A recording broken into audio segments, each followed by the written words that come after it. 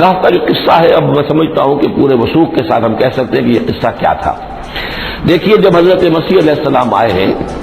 تو یہ پورا علاقہ جو ہے فلسطین کا، اور یہاں پہ جو آپ نے تبلیغ کی ہے، تو یہ اس وقت رومن امپائر کا ایک حصہ تھا۔ اگرچہ مقامی طور پر ایک لوکل بادشاہ جو تھا یہودی وہاں پر حکومت کر رہا تھا، لیکن وہ پپٹ تھا، اصل میں تو حکومت جو تھی رومیوں کی، جو رومی تھے بت پرست۔ اور اس کے بعد چونکہ انہوں نے بغاوت کی، حضرت مسیح تو اٹھا لیے گئے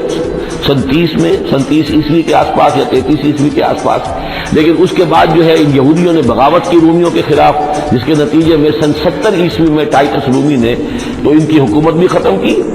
اور بیت المقدس کو برباد کیا، یروشلم کو تباہ کیا، 1,33,000 یہودیوں کو قتل کیا اور ان کو بھیج دیا، نکال دیا وہاں سے باہر۔ اس وقت کا معاملہ یہ ہے کہ اب کوئی اکے دکے جو بھی رہ جاتے تھے یہاں پر، کوئی یہودی یا عیسائی، یہودیوں کو تو نکال دیا، عیسائی رہ گئے، لیکن عیسائیوں پر بھی بہت ظلم ہوتا تھا۔ یہ موحد تھے، حضرت عیسیٰ کے ماننے والے، وہ بت پرست تھے۔ تو اس زمانے میں کہیں بادشاہ کوئی تھا، ڈیسیس یا دقیانوس جس کو کہتے ہیں، اس کے زمانے میں کچھ جو عیسائی تھے حضرت عیسیٰ پر ایمان رکھنے، آج کے عیسائیوں پر قیاس نہ کیجیے، جو نصارہ تھے حضرت عیسیٰ کو ماننے والے جو موحدین تھے،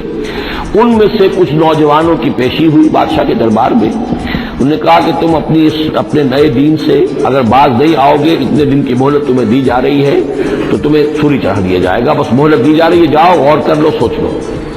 ان لوگوں نے آ کر سوچا کہ اب نہ تو ہمارے لیے یہ ممکن ہے کہ ہم مقابلہ کر سکیں، چلو کسی غار میں چھپ جاتے ہیں، دیکھیں اللہ تعالیٰ کیا کرتا ہے ہمارے لیے۔ وہ ایک غار میں جا کر چھپ گئے، اور غار میں جا کر چھپے ہیں تو اللہ نے انہیں وہاں پر سلا دیا، موت تاری نہیں کہ سلا دیا۔ اللہ کروٹ بھی بدلواتا رہا، ان کے لیے سارا کچھ بندوبست کیا، اللہ کی قدرت میں تھا۔ حضرت عزیر کو 100 برس کے لیے مار دیا تھا، موت کے بعد ان کو دوبارہ زندہ کر دیا۔ لیکن یہ کہ ان کا معاملہ یہ ہے کہ ان کو وہاں پر جو ہے تقریباً 300 برس یہ وہاں پر پڑے رہے اس غار کے اندر۔ غار کی شکل کچھ خاص ایسی تھی کہ ادھر آنا جانا لوگوں کا تھا ہی نہیں،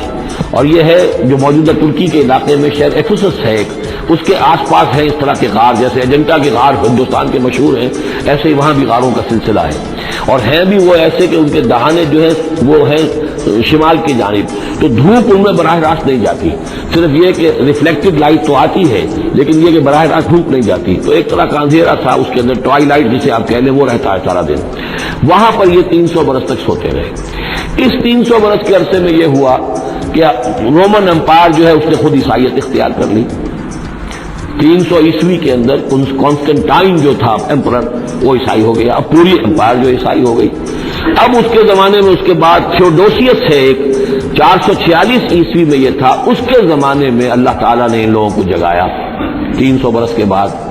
اب یہ سمجھ رہے ہیں کہ وہی زمانہ ہے، وہی کفار کی حکومت ہے، وہی مشرکین ہے۔ اب انہوں نے ڈرتے ڈرتے اپنے کسی ایک آدمی سے کہا بھائی جاؤ یہ لے کے سکہ لے کر جاؤ چاندی کا، اور کچھ نہ کچھ کھانے پینے کے لیے لے کر آؤ، دیکھنا لیکن اس طرح ہو کہ ہمارا پتہ نہ چل جائے کہ ہم یہاں چھپے ہوئے ہیں۔ وہاں جو گئے انہوں نے وہ سکہ جو پیش کیا، کہ یہ سکہ تمہارے پاس کہاں سے آیا؟ یہ تو بہت پرانا سکہ ہے، تو 400 سال پرانا، 300 سال پرانا سکہ کہاں سے لے آئے تمہیں کوئی خزانہ ملا؟